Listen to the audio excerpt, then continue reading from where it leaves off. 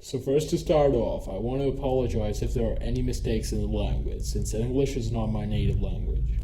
Also, I sent the story like 8 to 9 years ago to one local magazine, and it is a true story, which I posted it and won the award for the most creepiest story, so I hope you will like it.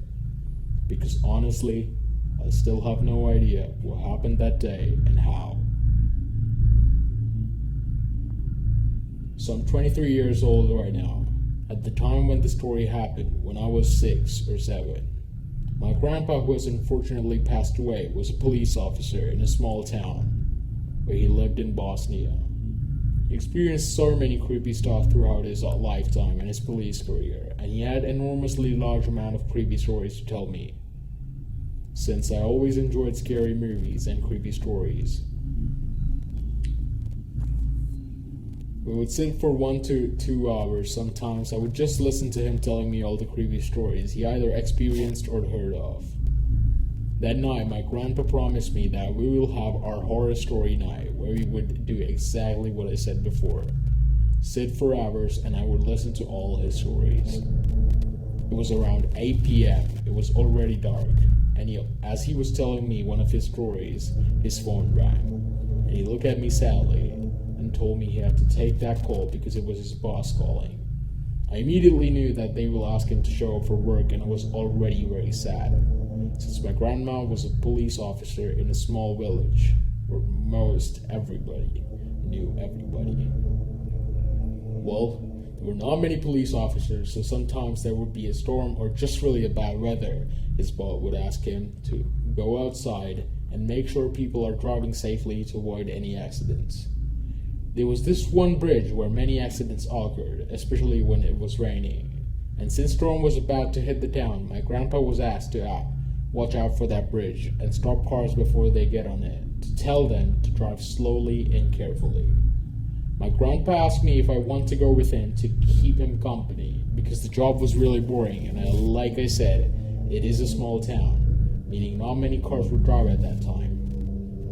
He told me that he will just sit in the car most of the time, and when he sees a car approaching, he will just get out for a few minutes and do his job.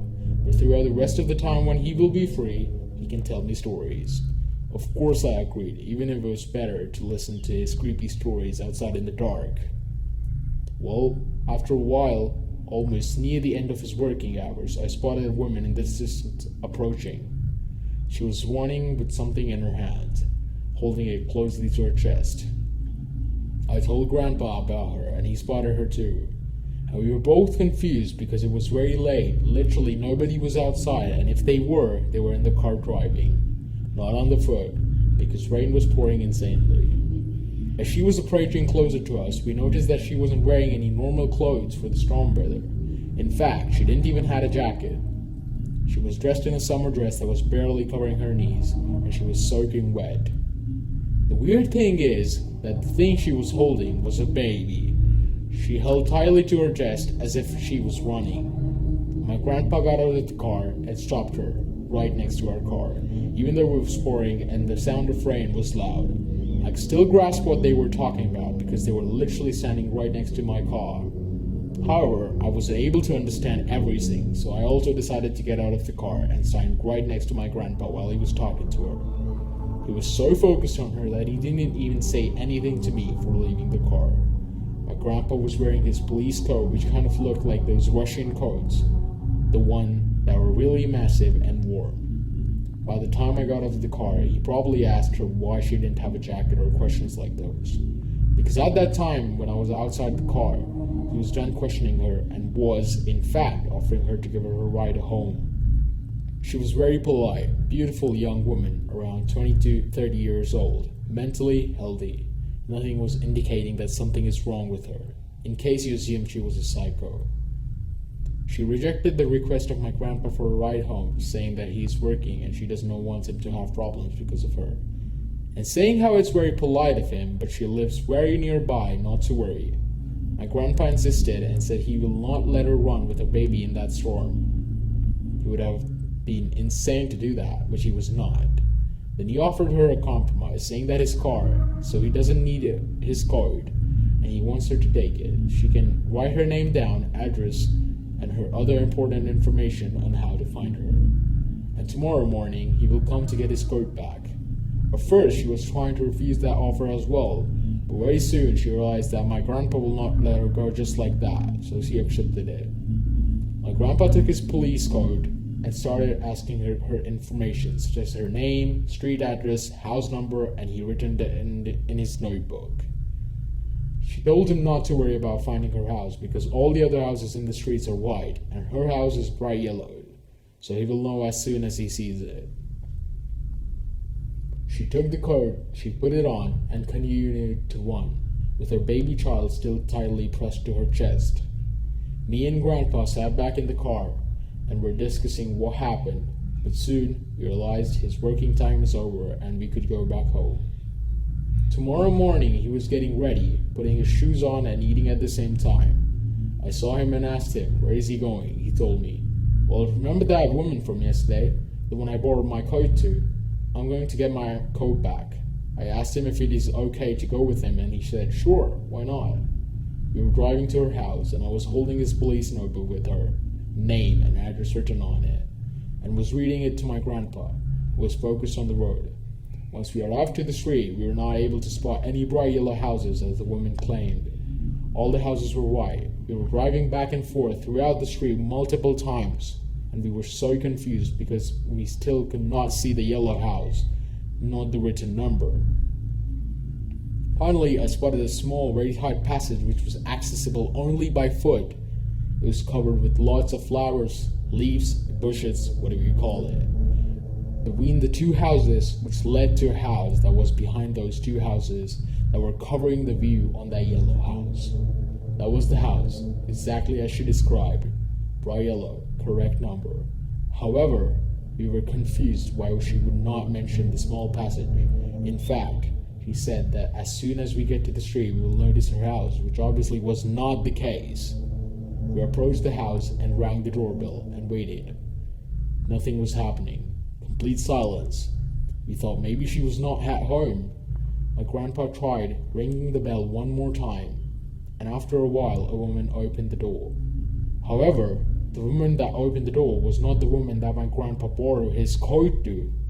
He apologized for disturbing and introduced himself, saying he is a police officer, and asked if the woman, the name she had given to my grandma, is at home, and if he can talk to her.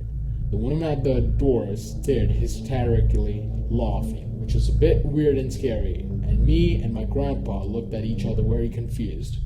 My grandpa politely asked what was funny, and the woman said, "Well, you're obviously too old to make jokes, especially this cruel. I'm not sure what did you think you will get out of it. Now, I will kindly ask you to leave." My grandpa looked at her very serious. "Ma'am, I'm not joking, and I have no idea what is funny to you. I have borrowed my coat to the woman, her name, yesterday as she was running almost naked with her baby child during the storm. She gave me the information, this address to come and get my coat back. Now you will please tell me where she is." The woman suddenly had a very serious face and said, "You want to know where that woman is? Are you sure? Because I think you already know where she is." "Yes, I know. Now please tell me." And the woman replied to that, "Well, the woman, the one I later bought this house from, or to be more precisely from her family, is in her grave and has been there for a long time. She had died in a car accident many years ago with her baby child as well. One of the bridges, she was talking about the bridge where we have seen her. I'm pretty sure she hasn't been running naked through the storm, nor her child." My grandpa and me were so confused, and of course we did not believe the woman, and grandpa thought that maybe the woman liked the coat, since the coat was massive and expensive, so she might wish to keep it or sell it. As my grandpa and the woman at the door were discussing, the woman said, "Look, sir, if you do not believe me that she is dead, I can take you to her grave right now. It is not from her hair. It's just a few blocks away. And then once you see her grave, you can stop bothering me." My grandpa agreed because he thought the woman is lying, and we talked the apparently dead woman the night before. So there is no grave to show, and was curious what will she show us.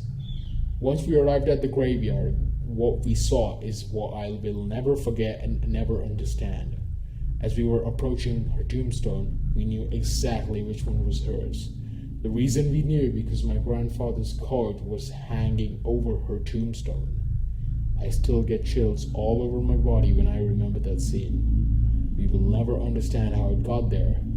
How did we see and even talk to a woman who died many years ago?